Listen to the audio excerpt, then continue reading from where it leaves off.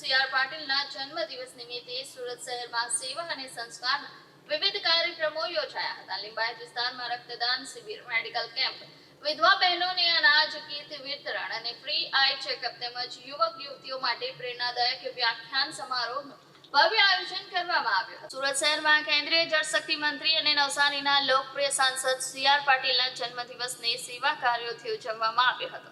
લિંબાયત વિધાનસભાના ધારાસભ્ય સંગીતાબેન પાટીલના માર્ગદર્શન હેઠળ વિવિધ સમાજ સેવાકીય કાર્યક્રમો યોજાયા હતા. આ પ્રસંગે ભવ્ય રક્તદાન શિબિરનું આયોજન કરવામાં આવ્યું હતું, જેમાં મોટી સંખ્યામાં યુવાનો અને નાગરિકોએ ઉત્સાહપૂર્વક રક્તદાન કર્યું હતું. સાથે સાથે વિધવા બહેનોને અનાજની કીટનું વિતરણ કરવામાં આવ્યું હતું. નાગરિકોના આરોગ્યને ધ્યાનમાં રાખી મેડિકલ ચેકઅપ કેમ્પ તેમજ ફ્રી આઈ ચેકઅપ કેમ્પ પણ યોજાયો હતો અને જરૂરિયાતમંદ દર્દીઓને મોતિયાબિંદુના નિઃશુલ્ક ઓપરેશન માટે પણ નોંધણી કરવામાં આવી હતી. આ કાર્યક્રમનું મુખ્ય આકર્ષણ યુવાનો માટે યોજાયેલ પ્રેરણાદાયક વ્યાખ્યાન સમારોહ યોજાયો હતો.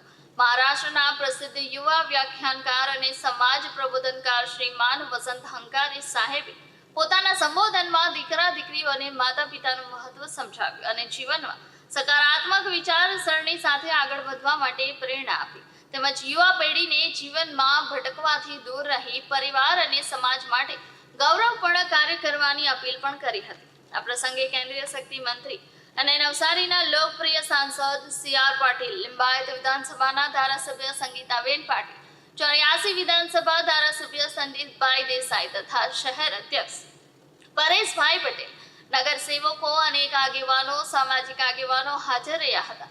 આ કાર્યક્રમમાં અંદાજે 6 થી 7 હજાર જેટલા યુવાનો, માતા પિતા અને નાગરિકોએ મોટી સંખ્યામાં ભાગ લીધો હતો. આ કાર્યક્રમ દરમિયાન સમાજના આગેવાન સ્વ વિક્રમસિંહજી શેખાવતના અચાનક નિધન પર તેમને ભાવભીની શ્રદ્ધાંજલિ અર્પણ કરવામાં આવી હતી અને તેમના સમાજ સેવાના કાર્યોને યાદ કરવામાં આવ્યા હતા. આ સમગ્ર કાર્યક્રમ દ્વારા સેવા, સંસ્કાર અને સમાજ જાગૃતિનો સકારાત્મક સંદેશ આપવાનો પ્રયાસ કરવામાં આવ્યો હતો.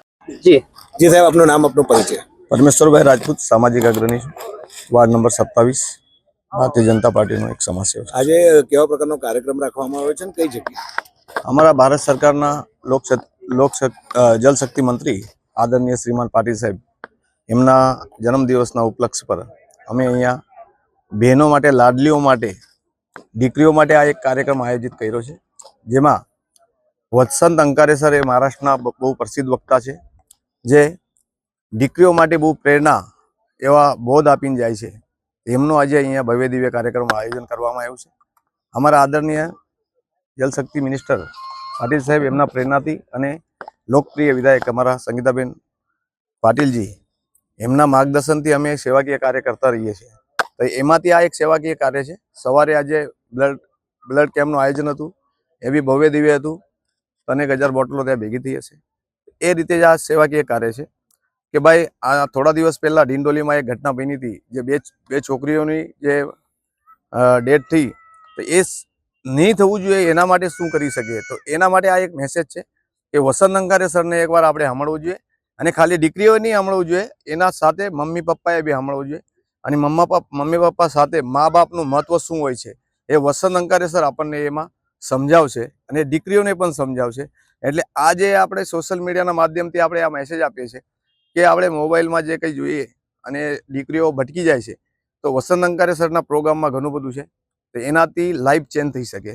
તો એના માટે આ પાટીલ સાહેબના જન્મદિવસના ઉપલક્ષ પર આ ભવ્ય દિવ્ય કાર્યક્રમ અહીંયા આયોજન કરવામાં આવ્યું છે. કેટલી સંખ્યામાં લોકો અહીંયા એકત્રિત થયા? 7 થી 8 હજાર લોકોની સંખ્યા અહીંયા પધારવાની છે.